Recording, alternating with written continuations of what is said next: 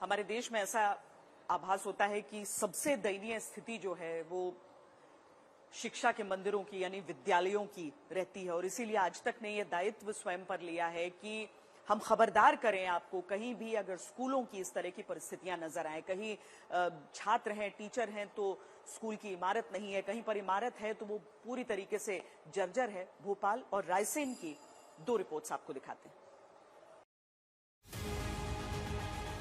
मध्य प्रदेश की राजधानी भोपाल और जिला रायसेन से आई इन 2 तस्वीरों पर गौर करेंगे तो पता चलेगा कि मध्य प्रदेश के अंदर स्कूली शिक्षा किन मुसीबतों के दौर से गुजर रही है।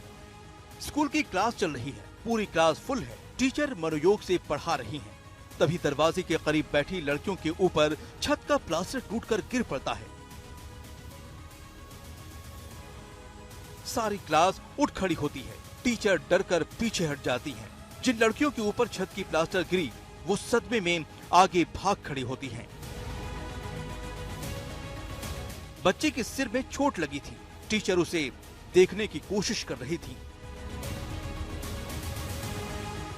गनीमत बस इतनी रही कि जब प्लास्टर का करीब 2 फीट चौड़ा हिस्सा टूटकर गिर रहा था तो वो 2 टुकड़े में टूट गया था और क्षैतिज रूप से गिरने की जगह ऊर्ध्वाधर रूप से गिर रहा था। इससे बच्ची का सिर पूरे प्लास्टर के टुकड़े की चपेट में आने से तो बच गया, लेकिन प्लास्टर का टुकड़ा सिर और कंधे पीठ को जख्मी करता हुआ नीचे जा गिरा। आप जानकर हैरान रह सकते हैं कि ये कोई मामूली स्कूल नहीं है। ये भोपाल का पीएम श्री स्कूल है, जिसे विशेष सुविधाओं वाला विद्यालय माना जाता है। वीडियो सामने आने के बाद स्कूल की प्रिंसिपल ने शिक्षा अधिकारी को लिखा है कि स्कूल के एक कक्ष की छत के प्लास्टर का छोटा सा टुकड़ा गिरने से एक छात्रा घायल हो गई, जिस कारण उसका उपचार करवाकर घर भेज दिया गया है। ऐसे ही और कक्षों में भी बारिश के कारण छत गीली हो गई है। छात्रों की संख्या की अधिकता के कारण बहुत परेशानी आ रही है। कुछ कक्षों की छत का रिपेयरिंग का कार्य किया जा रहा है। नए कंप्यूटर सिस्टम प्लास्टिक रैपर से बाहर तक नहीं आ पाए हैं। नई कुर्सियों का अभी तक इस्तेमाल नहीं हो सका है। कंप्यूटर और उससे जुड़े उपकरणों को कहीं कपड़े के पर्दे तो कहीं काली प्लास्टिक से ढक कर रखा जा रहा है। बरसात के मौसम में इन संसाधनों के बर्बाद होने का खतरा पैदा हो गया है, क्योंकि यहाँ अच्छा खासा स्कूली भवन है, अच्छे खासे स्कूली संसाधन है। मिडिल स्कूल में 103 बच्चे हैं और हाई स्कूल में 77 विद्यार्थी भी हैं, लेकिन यहाँ शिक्षक ही नहीं है। विद्यार्थियों की आवश्यकता के उम्दा संसाधन भी यहाँ मौजूद है, क्योंकि 8 साल पहले खुद सीएम शिवराज सिंह चौहान ने गांव से दाद में मिली जमीन पर स्कूल भवन का उद्घाटन किया था, लेकिन इस विद्यालय के लिए आज तक टीचर तैनात नहीं किया गया।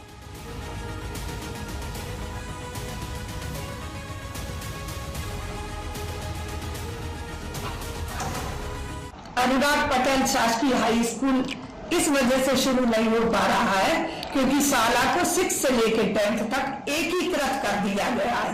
एकीकृत होने के कारण हमें एक ही डाइस कोड 233-402-04-003 प्राप्त हुआ है, जिसके अंतर्गत 6ठी से लेकर 10वीं तक हर विषय को पढ़ाने वाला केवल एक ही शिक्षक है।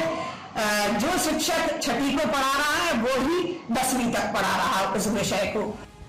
रायसेन जिले के बेगमगंज तहसील के स्कूलों की परेशानी ये है कि यहाँ मिडिल स्कूल और हाई स्कूल मिलाकर 180 बच्चों पर एक टीचर है, और वो भी 2 अलग अलग भवनों में चल रहे स्कूलों में बच्चों को पढ़ाने जाता है। प्रिंसिपल का कहना है कि district information system for education यानी जिले के डाइस कोड में दोनों विद्यालयों को एक ही विद्यालय माना जा रहा है, इसीलिए एक विद्यालय में एक शिक्षक काफी मानकर नए टीचर नहीं दिए जा रहे हैं। वहाँ वो नई बिल्डिंग बनी है, वहाँ एकीकृत शाला कर दी गई है। डाइस कोड अलग अलग करने की मांग की गई है, परंतु वो डाइस कोड अलग हुआ नहीं है। और आज भी हमने आदेश कर दिए हैं, मैडम को निर्देशित कर दिया है कि सोमवार से वहीं पे स्कूल लगा है। विद्यालय में पर्याप्त कमरे भी हैं और बच्चों की संख्या से अनुमान से वहाँ पे क्लासें लग सकती हैं।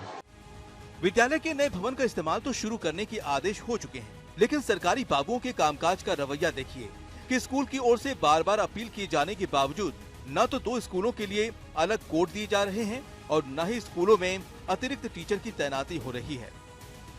राजेश कुमार रजक, रायसेन, आज तक।